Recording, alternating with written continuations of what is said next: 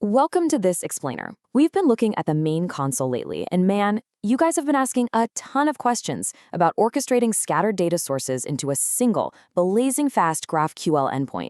So if you're a developer looking to streamline your architecture using API Mesh for Adobe Developer App Builder, you are in exactly the right place. We are going to dive right in and analyze those exact questions. Let's get started.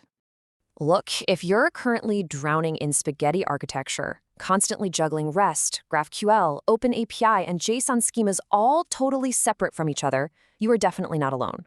It's incredibly common to find yourself writing endless amounts of custom glue code just to get a commerce platform, an experience manager instance, and some random third-party app to actually talk to the exact same storefront. It introduces lag, it's an absolute nightmare to maintain, and quite frankly, it just grinds your entire development cycle to a halt. So let's simplify things. Think of API Mesh as a musical conductor. It doesn't actually play the instruments itself, right? But it ensures all your backend APIs play in perfect harmony through one unified schema. By funneling multiple sources through a single gateway and giving you customized, queryable GraphQL responses, you get to dictate exactly what information comes back. No more overfetching or underfetching data like you constantly see with those traditional fixed-format REST APIs. Here is our roadmap for today. We'll quickly cover what API Mesh actually is, 2, building your first mesh, 3, transforming and resolving data, 4, speeding up with caching, 5, local development workflows, and finally, 6, securing your endpoint. Section 1. What is API Mesh? From chaos to orchestration. Okay, so at its core, this mesh acts as a central hub. You're getting a highly robust Adobe API Manager reverse proxy that catches API calls for a bunch of backend services. But what's really a game changer here is the extensibility. You get advanced security, backward compatibility for your legacy systems, and the ability to extend and customize APIs directly in the gateway. And you can do all of this without ever touching the source APIs. You preserve your existing infrastructure while seamlessly rolling out low-code or no-code integrations. Moving right along to Section 2. Building your first mesh, the CLI workflow. I absolutely love how straightforward this flow is for developers. You literally just use the API Mesh init command to spin up your local dev environment. Then, with API Mesh create, you point the CLI to a JSON configuration file to officially publish it. Boom! It assigns you a unique mesh ID and provisions a specific endpoint. From there, you just run API Mesh run to deploy and test everything locally on your own machine. Now, the real magic happens in your mesh.json file. This is basically the sheet music for your orchestrator. It defines exactly which scattered handlers are being pulled together. For example, you might define one handler pointing to a public commerce sample storefront via GraphQL, and right next to it, an open API handler pointing to a custom third-party service. It is pretty fascinating how this single, elegant file controls both your inputs and the transformations you apply to them. Section 3. Transforming and resolving data. Shaping your schema. So, what happens when you bring a REST API and a GraphQL API into the exact same mesh, and they collide because they both use a generic field named customer? Well, applying a simple prefix transform effortlessly separates them into distinct namespaces. By just dropping a prefix transform into your configuration file, you tell the mesh to automatically rename them to REST_customer and GraphQL_customer. The best part? You just resolved a major architectural headache without forcing anyone to rewrite the backend APIs. But hey, what if you need something more complex? While those declarative transforms handle structural changes, you can also write custom programmatic resolvers in JavaScript to shape data on the fly. Let's say you use the additional resolvers configuration to target the special price field on a product. Your custom JavaScript can pull the maximum price from Adobe Commerce, fetch a live discount percentage from an external server, and instantly resolve the newly calculated price for the shopper.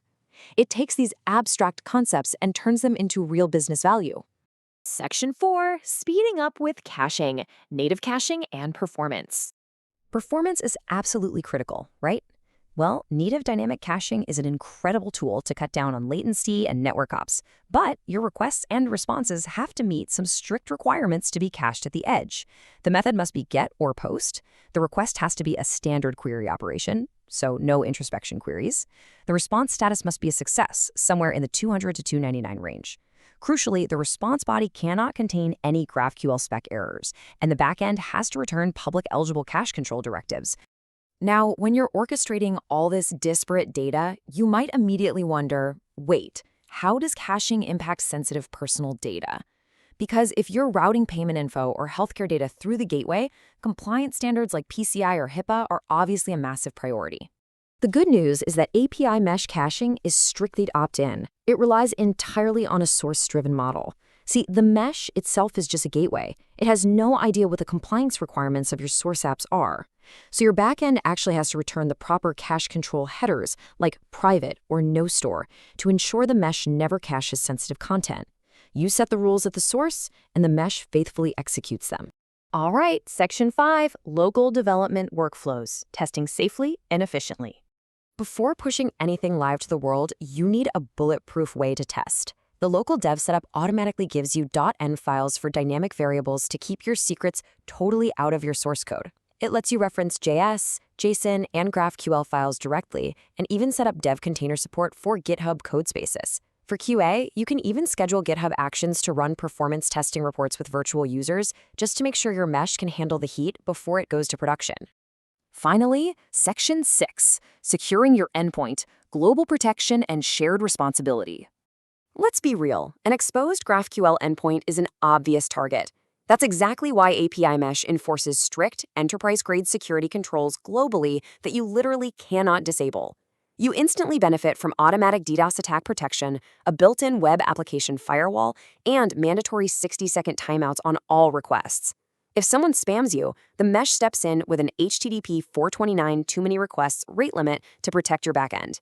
Oh, and any secrets you configure, fully managed using AES-256 encryption. But, and this is crucial, security in the cloud is always a shared responsibility.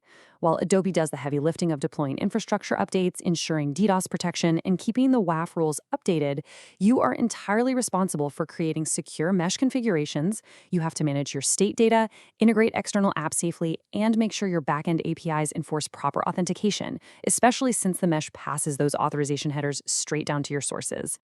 So, we've unpacked how API Mesh takes the sheer chaos of scattered APIs and transforms them into this elegant, high-performing GraphQL endpoint, complete with edge caching, custom transformations, and serious security. Now that you understand the true power of this orchestration layer, how are you going to bring harmony to the scattered endpoints in your next project? Thanks for hanging out with us for this explainer, and